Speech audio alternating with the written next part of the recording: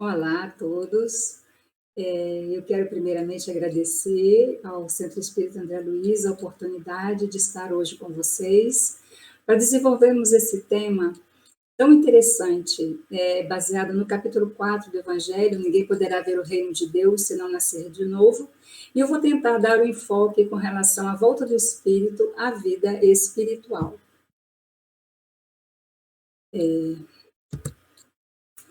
Então, a volta do espírito à vida espiritual, e eu trago então um slide para vocês, que é ali onde a gente vê o túmulo de Allan Kardec. E Allan Kardec, que foi o codificador da doutrina espírita, ele coloca, ele pediu para colocar no seu túmulo essa frase: nascer, morrer, renascer ainda e progredir sempre. Tal é a lei. E esse progresso que se faz, ele vai ser como assim uma espiral. Muitas pessoas colocam uma escadinha como se a gente fosse subir em linha reta, mas na verdade não é isso que acontece. Nós vamos subindo como uma espiral, né? Nós temos altos e baixos, vamos subindo, às vezes a gente vai subindo, às vezes a gente dá uma paradinha, a gente só nunca volta atrás, mas a gente sempre vai em frente, vai adiante, até um dia atingirmos o estado de um espírito puro. Então, a gente vai trazer como temas principais a alma após a morte, a vida eterna, separação da alma e do corpo e perturbação espiritual, e relatos de dois casos: o irmão X, o senhor X, e o caso de André Luiz, que já é nosso conhecido. Então, aqui nesse primeiro momento, eu vou primeiro trazer a proposta de um equacionamento entre ressurreição e reencarnação. Esse estudo, esse trabalho foi preparado pelo Saulo César. Ele é o coordenador desse estudo. Aqui, se vocês notarem aqui no vídeo, essa coleção Evangelho por Emmanuel. Então, ele foi o responsável, o coordenador por esse estudo. Então, uma pessoa realmente muito competente, e ele vem, então, nos ajudar para nós fazermos qual é essa diferença, entre ressurreição e reencarnação. Então, nós temos a vida material, a morte e ou desencarnação. Temos a ressurreição e os espíritos, categoria dos espíritos: espírito puro, espírito que é feliz, mais feliz ou menos feliz, e os espíritos imperfeitos, que é onde todos nós nos encontramos neste momento, como espíritos imperfeitos. Então, os espíritos que estão nessa categoria de espíritos feliz ou menos feliz e o espírito imperfeito, que somos nós, tem necessidade da melhoria. E por isso, então, nós voltamos para a vida, a material, pela reencarnação.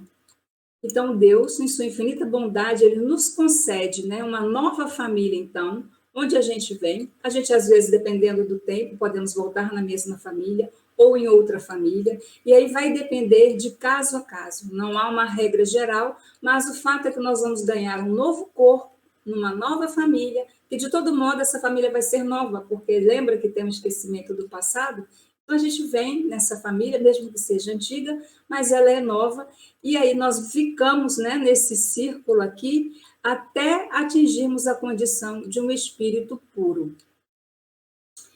E na condição de espírito puro, então, que Jesus é o único espírito nessa condição que nós conhecemos, o único espírito puro que esteve entre nós e que veio até nós para mostrar o reino de Deus, para nos ensinar o amor, a caridade, a prática de todas as virtudes que um espírito precisa ter para atingir a perfeição. Ele, então, sim, passou pela ressurreição. Quando depois que ele é morto na cruz e que ele aparece, então esse fenômeno é o fenômeno da reencarnação.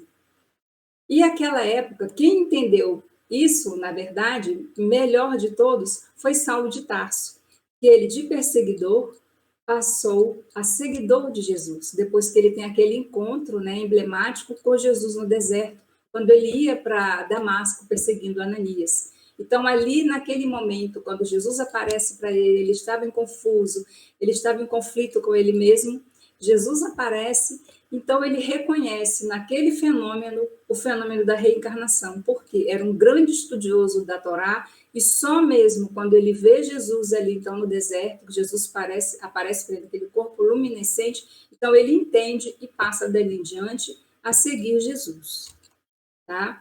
Então, como a gente volta, né? Então, só para a gente entender esse fenômeno, a diferenciar, né? Ressurreição de reencarnação. Então, o fenômeno da desencarnação, ele deve ser encarado como um momento bastante grave para aquele que se desliga. E quem fala isso para nós é o espírito Camilo, pela mediunidade de Raul Teixeira, no livro O Tempo de Deus. Então, o desencarnante, ele apresenta-se ante a própria consciência completamente nua. É como se ele sofresse a mais profunda das cirurgias que alguém pode sofrer no mundo, uma vez que ele é extirpado todo o corpo físico. Aí você pode se perguntar, mas por que está falando isso?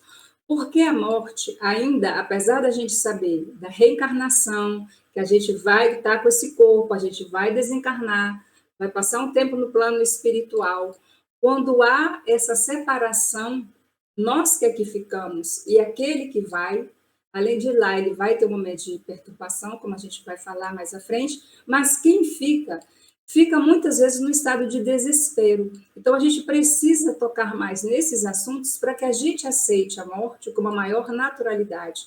Não que a gente não vá sentir saudade, não vá chorar, vai sentir a falta da pessoa, mas não vai se desesperar, porque a gente já sabe que a morte não existe, que a gente vai poder reencontrar esse ente querido num outro momento. E quando esse ente ele está partindo, ele está participando conosco de todo aquele sentimento que nós estamos vivenciando também. Então, é importante a gente estar preparado. Então, ele diz aqui, então, esse espírito que está partindo, ele tem, né, ele diz aqui, é como se fosse a maior cirurgia, porque separa, então, o espírito do corpo. E ele diz, então, cabe aos que ficam na luta do corpo agradecer ao Criador pela vivência com aquele que parte. Devem ainda os remanescentes suplicar a Deus que o desencarnante se encontre lúcido e feliz nas regiões para onde seja encaminhado. Então, nosso dever, né, eu chamaria assim, para com aquele dos nossos e outros também, que estão desencarnando em qualquer lugar, seja na rua, por um assalto, por uma notícia que a gente teve de alguém que desencarnou, a gente fazer uma prece, isso é uma caridade, por aquele que está partindo. Então, na questão 146 do livro Consolador, pela psicografia de Chico Xavier, o espírito humano é feita essa pergunta a ele: é fatal o instante da morte? No sentido de que a nossa morte, ela é programada, ela já estava prevista, e ele vai dizer assim: todos os casos de desencarnação são determinados previamente pelas forças espirituais que orientam a atividade do homem na Terra, com exceção do suicídio. O suicídio é o único tipo de morte que não é previsto. Por quê? Ele pode-se até achar, se a pessoa for uma pessoa que já se suicidou muito em outras vidas, ela pode vir com a probabilidade que ela possa reincidir no erro, mas a esperança, a expectativa é que ela supere e que ela não se suicide. Então, ninguém vem programado para se suicidar. E isso, no livro O Céu e o Inferno, Allan Kardec traz, no capítulo 5, item 17, o relato do suicida que se mata numa hospedaria chamada Samaritana. Então, esse espírito do suicida, ele fica ligado ao corpo até o fim da vida. E quem diz isso é o próprio espírito que se suicidou. Porque Allan Kardec, no momento que quando ele fazia ali a codificação, são entrevistados, né, pelos médiuns vários espíritos, vários tipos de espíritos. É um livro, fica aí uma indicação de leitura para quem quer aprofundar esses conhecimentos. Depois de ter lido, evidentemente, né, o livro dos Espíritos, o livro dos Médiuns, o Evangelho, na sequência vem o livro Céu e Inferno. Então, é um processo muito doloroso para o espírito do suicida. Ele vai ficar junto ao corpo, enquanto aquele tempo de vida que ele teria de encarnado, ele vai ficar ainda ali, vendo o seu corpo se deteriorar. Então, a educação e a iluminação do íntimo constituem um amor ao santuário de Deus em nossa alma. Então, a gente precisa trazer essas informações, o esclarecimento, para que isso nos ajude a suportar melhor essas vicissitudes da vida. Então, quem realiza essa iluminação do íntimo, na profundeza da liberdade interior, pode modificar o determinismo das condições materiais de sua existência, alçando-a para a luz e para o bem. Os que eliminam, contudo, as suas energias próprias, atentam contra a luz divina, que palpita em si mesmos. Daí o complexo de suas dolorosas dívidas. Então, as pessoas que não se preocupam com as coisas espirituais, não é nem que a gente vai dizer que a pessoa tem que ter uma religião, não, mas ela precisa estar, de algum modo, ligado à espiritualidade, ao culto da natureza, apreciar um céu, as nuvens, as estrelas, as plantas, porque nós aprendemos muito com a natureza. São lições que a vida nos dá desse intérmino, né, de nascer e renascer e progredir. A gente observa isso na natureza se prestarmos atenção. Então, nos momentos que a pessoa se encontrar em dúvida, em conflito, vamos então procurar a terapêutica espírita, com a oração, assistindo a palestras, tomar passes, né? Água fluidificada, palestras no YouTube. Hoje nós temos palestras de palestrantes maravilhosos, né? A pandemia ela veio trazer à luz palestrantes de todos os estados, né, do país, pessoas com conhecimento maravilhoso que podem nos ajudar nesses momentos, né? E nós vamos nos instruindo, além dos livros, evidentemente, que não devem ser também deixados de lado. Tá? E também procurar aquilo que a ciência nos dá, o apoio do psicólogo, psiquiatra, centros de valorização da vida. São tantos recursos que nós temos à disposição para evitar, então, cair no processo maior de depressão e podermos, então, sair dele. No Livro dos Espíritos, então, Kardec pergunta: é dolorosa a separação da alma e do corpo? Não. O corpo quase sempre sofre mais durante a vida do que no momento da morte. A alma, nenhuma parte toma nisso.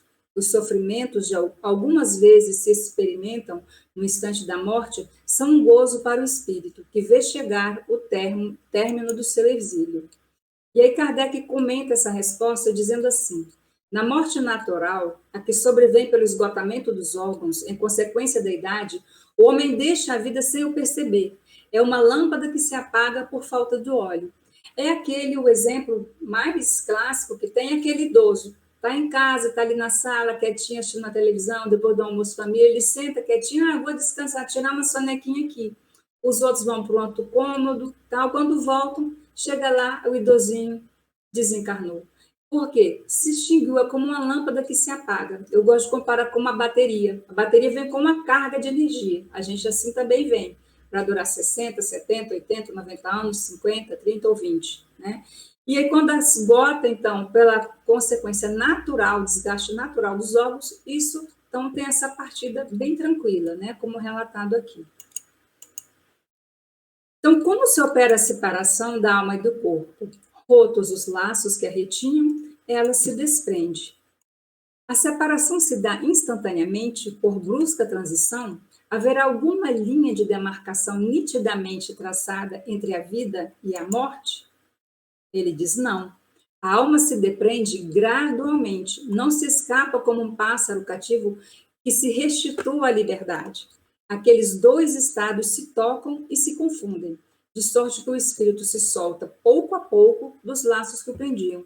Estes laços se desatam, não se quebram. Então, esse processo ele é um processo mais ou menos lento, né, da desencarnação. E Kardec vai comentar: no instante da morte, o desprendimento do perispírito não se completa subitamente, se opera gradualmente e com uma lentidão muito variável conforme os indivíduos. Em uns é bastante rápido, em outros, naqueles sobretudo cuja vida foi toda material e sensual, o desprendimento é muito menos rápido, durante alguns dias, às vezes semanas e até meses, porque o espírito está muito vinculado à matéria, ele tem dificuldade de se desligar dela pelo apego que ele tinha em vida. Então, tal é o resultado dos estudos feitos em todos os indivíduos que se tem podido observar por ocasião da morte. Então, agora a gente vai relatar o caso de um espírito nos funerais de seu corpo. ele vai relatar o estado da alma no momento da morte, no momento em que isso acontece. Esse fato está relatado na Revista Espírita, né? Essa coleção maravilhosa de Allan Kardec, e que foi em dezembro de 1858. É o relato do Senhor X, é o desencarnado, ele é visto em sua câmara mortuária e depois na igreja, durante o serviço fúnebre. O senhor Adrien, um de seus amigos, está encarnado, e então, ele consegue ver o desencarnado como se ele vivo estivesse. E é muito interessante esse relato, e eu vou contar para vocês, ele diz assim: o senhor X estava lá dentro da câmara mortuária e o seu Adrien também, como seu amigo, estava lá junto com a esposa dele. E a esposa dele, ela estava mexendo numa gaveta, procurando alguns documentos, algumas coisas. E o senhor X, né, então ele estava ali presenciando tudo aquilo e ele era visto pelo senhor Adrien com a mesma roupa, com o mesmo traje que ele usava normalmente, né, a sua calça, né, social, formal, daquele estilo, com o seu sobretudo, todo arrumado, e o seu corpo ali no cadáver, no cadáver, seu corpo no caixão. E ele circulava pela casa, né, pelo cômodo ali, meio confuso, e se retira dali. No dia seguinte, durante então o serviço fúnebre, o senhor Adrien novamente vê o senhor X por ali. Então vejam bem, naquele momento que a gente está ali no velório, o, o, o espírito do desencarnante, ele está por ali também. Então, aqui eu chamo a nossa atenção para a necessidade de nós termos uma maior concentração, uma atitude mais focada naquele momento, mais respeitosa, de carinho, né, de atenção com aquele que partiu. Nos mantermos em oração, mantermos conversas elevadas, porque o espírito desencarnante, ele não partiu ainda, ele está ali, está muito recente ainda do desencarne. Então, ele está ali ainda vendo tudo o que está acontecendo. E Kardec, ele vai dizer que nenhum daquelas conversas assim passam despercebidas. Então, aqueles que já estão preocupados com herança, estão já disputando coisas ali ainda no velório, ele está vendo tudo aquilo. Mas nada daquilo já o incomoda tanto assim. É claro, depende do espírito, né? Alguns vão ficar ainda chateados com aquilo, dependendo do grau de evolução dele. Mas o que eu quero enfatizar é que ele está ali. E o que acontece? E ele está ali e a gente quer relatar o estado de perturbação que ele estava. Então, o Adrien se dirige a ele e pergunta: como é que você está se sentindo? Está se sentindo bem? Ele diz: sim, eu me sinto bem. Vou ler aqui um trechinho do diálogo, né? Ele diz assim: dize-me uma coisa, meu caro espírito, que sentes agora? Bem e sofrimento. Não compreendo isso. Ele disse sim, que estou vivendo minha verdadeira vida, e, no entanto, vejo meu corpo aqui neste caixão. Apalpo-me e não me percebo. Contudo, sinto que vivo, que existo. Sou, pois, dois seres. Ah, deixai-me sair desta noite. Tenho pesadelo. Então, ele está assim, perturbado. Ele vê o corpo dele deitado lá, ele sabe que está vivo, mas ele tenta se tocar e ele não sente, né? É um momento realmente de perturbação. E, ao mesmo tempo, o Adrien pergunta para ele: permanecerás muito tempo assim? Ele diz: oh, não, graças a Deus, meu amigo. Sinto que logo despertarei. De outro modo, seria horrível. Tenho as ideias confusas, tudo é nevoeiro. Sonho na grande divisão que acaba de ser feita e da qual ainda nada compreendo. Então, ele não está compreendendo, ele está ali, está andando, ele vê as pessoas, ele tenta falar, mas ninguém conversa com ele, ninguém responde, só o Adriano. E ele disse: que efeito vos produziu a morte? E aí ele vai fazer um relato grande e ele diz, né? Ele diz: morto eu não estou, tu te enganas, né? E aí ele levanta de repente e sai caminhando e se dirige até o filho dele que estava sentado mais à frente ali dentro daquele ambiente, né, da funerária, né, ou da igreja, né, do serviço fúnebre que ele chama aqui no livro. Então, ele vai até o filho, que estava assim chorando bastante, e abraça o filho. E o senhor Adrien, à distância, né, observando isso, e ele abraça o filho e sai dali daquele ambiente. E o Adrien vai comentar, então, e ele percebe que o filho havia se acalmado, depois que recebe esse abraço. Então, aquele que desencarna, ele leva toda a sua bagagem consigo, né? Então, nesse momento, realmente, a gente precisa ter, né, guardar um respeito muito grande por aquele que está indo. Então, esse é o momento da desencarnação, mais próximo, né, de um relato que eu pude trazer. O outro que eu vou trazer é de André Luiz.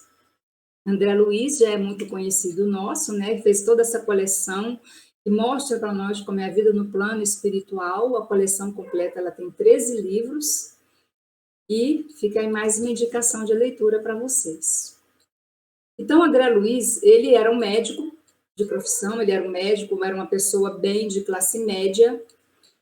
E notem que todos, um parêntese, né, que todos esses personagens que eu estou trazendo não são pessoas excepcionais, não são bandidos, não são malfeitores, também não são anjos, são pessoas comuns, não é? Ele não diz a profissão, mas era uma pessoa comum, ele era, a única coisa que se sabe é que ele era casado, tinha filhos e deveria ter alguns bens, uma pessoa comum.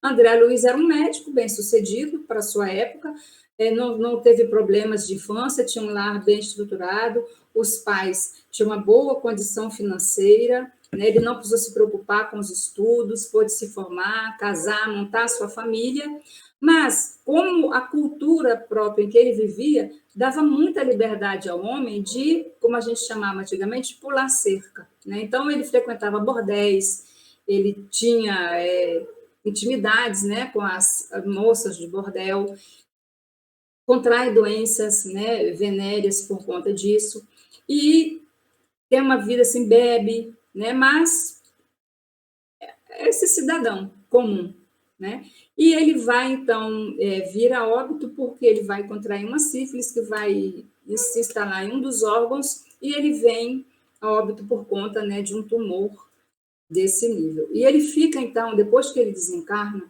ele vai para o umbral. E no umbral é o quê? É uma região aqui próximo, muito próximo da Terra, e onde ficam as pessoas que não têm nenhuma religiosidade, algumas pessoas jamais, mas aí são vários níveis, não vou estar descrevendo aqui. Mas o fato é que ele vai para essa região porque ele não tinha nenhum tipo de fé, ele não sabia orar, e ele tinha uma vida um pouco dissoluta, né? Vamos dizer assim, apesar de ser um homem de sociedade, de uma família organizada. Ele vai para lá e ele é considerado um suicida, porque ele fumava, ele bebia, ele abusou da alimentação. É um suicida indireto, esse, né, que a gente fala, um suicídio indireto. Então, ele vai para essa região. E o que acontece com ele quando ele está lá? Ele tem as mesmas necessidades quando estava encarnado. Ele sente necessidade de ir ao banheiro, ele sente necessidade de agasalho, sente frio, ele sente necessidade de alimento, ele sente sede. E ele descreve, isso é só o primeiro capítulo, né, gente, do livro, que eu estou comentando aqui. Ele vai descrever que ele tomava uma água barrenta e ele tentava dormir, não conseguia, e ele vive 8 anos fugindo. Quando ele chega num lugar que ele pensa que vai descansar, ele ouve aquelas vozes que vêm perseguindo ele, vozes terríveis, como ele diz, chamando suicida, suicida, suicida. E ele tenta fugir dali até que consegue chegar no lugar e descansar. E ele vive assim durante 8 anos. Até que exausto já, não aguentava mais aquilo que ele estava vivendo, ele se lembra da oração que a mãe ensinou quando ele ainda era criança. Então, ele faz, nesse momento, uma oração. E assim que ele ora, olha o que ele vai dizer. Ó amigos da terra, quantos de vós podereis evitar o caminho da amargura com o preparo dos campos interiores da oração? Acendei vossas luzes antes de atravessar a grande sombra. Buscai a verdade antes que a verdade vos surpreenda. Suai agora para não suardes depois. E aí ele vai continuar. Eu, que detestara as religiões do mundo, experimentava agora a necessidade do conforto místico, médico extremamente arraigado ao negativismo da minha geração, impunha-se minha atitude renovadora. Tornava-se imprescindível confessar a falência do amor próprio a que me consagrara orgulhoso. Então, ele, nesse momento, ele começa a fazer uma autorreflexão, uma autoanálise de como ele tinha sido, de como ele tinha vivido, e faz, então, essa oração. E quando as energias me faltaram de todo, pedi ao Supremo Autor da natureza me estendesse as mãos paternais. Então, nesse momento, quando ele realmente já está exausto, o que acontece? Então, ele passa a ver o Clarencio que diz para ele: coragem, meu filho, o Senhor não te desampara. E André Luiz nunca esteve desamparado, porque a mãe dele, um espírito já muito mais evoluído com ele, acompanhou todo o processo dele da desencarnação, ela acompanhou no hospital. Quando ele está desencarnando, ela estava ali junto com ele ao seu lado. Mas ele, como tinha um padrão vibratório muito baixo, né, pelos maus hábitos que ele tinha, por nunca orar, como ele mesmo vai confessar, ele não conseguia ver a mãe. Então, ele recebe o socorro imediato ali, naquele momento, e naquele momento, pela bondade infinita de Deus, o mentor dele convida também alguns dos outros irmãos que estão ali, naquele mesmo local, para que quem quisesse segui-los poderia vir. Mas veja que interessante, ninguém quis ir, né? Porque as pessoas se acostumam até viver num lugar ruim, que a gente pode dizer assim, que é um charco, né? Quem não assistiu o filme pode assistir depois, porque vai ver como é o local. Né? É um filme muito bem feito, muito bom, e o livro também vale demais a pena ser lido. Então, foi isso que aconteceu ali com ele.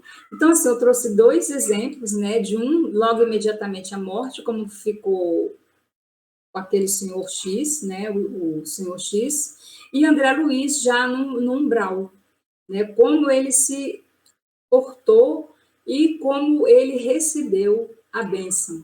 Então, a oração, ela é instrumento que Jesus nos deixou, que ele nos ensinou a orar, ensinou a oração do Pai Nosso, para que a gente possa, nos momentos de dificuldade, se valer dessa ferramenta e, então, mudar a nossa mente, mudar a nossa postura mental, para nos ajudar a descobrir as nossas imperfeições. Então, aquele lar que o Pai nos coloca é o local que nós precisamos estar na presente encarnação para reconstruirmos aqueles laços, aquelas pessoas difíceis com que nós viemos estar. A nossa luta é vencer a nossa vaidade, o nosso egoísmo e perdoar, pedir perdão quando for preciso, porque esses são os valores espirituais positivos que vão nos ajudar a nos elevar na nossa escala evolutiva. E aqui eu trouxe para a gente refletir uma poesia do livro que está no livro Parnaso de Além Túmulo. Então diz assim: não choreis os que vão em liberdade, buscar no espaço o luminoso leito da paz, distante do caminho estreito desse mundo de dor e de orfandade. O pranto é a flor de aromas da saudade que perfuma e crucia o vosso peito, mas transformai-o em gozo alto e perfeito, em santa e esperançosa claridade. Chega um dia em que o espírito descansa das aflições, angústias e cansaços, dos aguilhões das dores absolutas. Feliz de quem, na crença e na esperança, procura a luz sublime dos espaços, buscando a paz depois das grandes lutas. É uma poesia de Antero de Quental, né, Espírito, Parnaso de Além Túmulo, o primeiro livro psicografado por Chico Xavier. E aqui, então, a gente já partindo, né, para o nosso encerramento, eu trago um pequeno diálogo de Hanan com Jesus, quando Jesus começava ainda o seu ministério, lá em Jerusalém. Ele passa pela cidade, senta-se à porta do templo, e com seu magnetismo ele chama a atenção, embora quieto, né? Mas o seu magnetismo era tão forte que ele chama a atenção de alguns fariseus que estavam ali à porta do templo, e esse Hanan vem conversar com Jesus. E ele diz: Galileu, que fazes na cidade? E ele diz: passo por Jerusalém, buscando a fundação do reino de Deus. Reino de Deus? E que pensas tu venha ser isso? Jesus responde: esse reino é a obra divina no coração dos homens. é obra divina no coração de cada um de nós. Então, nós precisamos a cada dia orar, pedir que Jesus construa esse reino dentro do nosso coração, sendo mais amorosos, sendo mais gentis, mais fraternos, abrindo mão muitas vezes de vaidade, de orgulho, porque nós ainda somos muito movidos por isso. Todos nós somos, uns mais, outros menos, mas todos nós somos ainda espíritos na categoria de imperfeitos. Então, falta muito ainda para a gente chegar a ser um espírito puro. Então, cabe a nós, né, buscarmos essas ferramentas, usarmos essas ferramentas que a doutrina espírita nos dá, que a psicologia nos dá, para buscarmos, então, esse autoconhecimento e a cada dia conseguirmos abrir mão, um dia um pouco aqui, outro ali, e irmos fazendo essa reforma interior, para que Jesus possa, né, colocar esse reino, né, de Deus dentro de cada um de nós. Então, que a paz do Senhor nos envolva. Agradeço a todos pela oportunidade. Muito obrigada.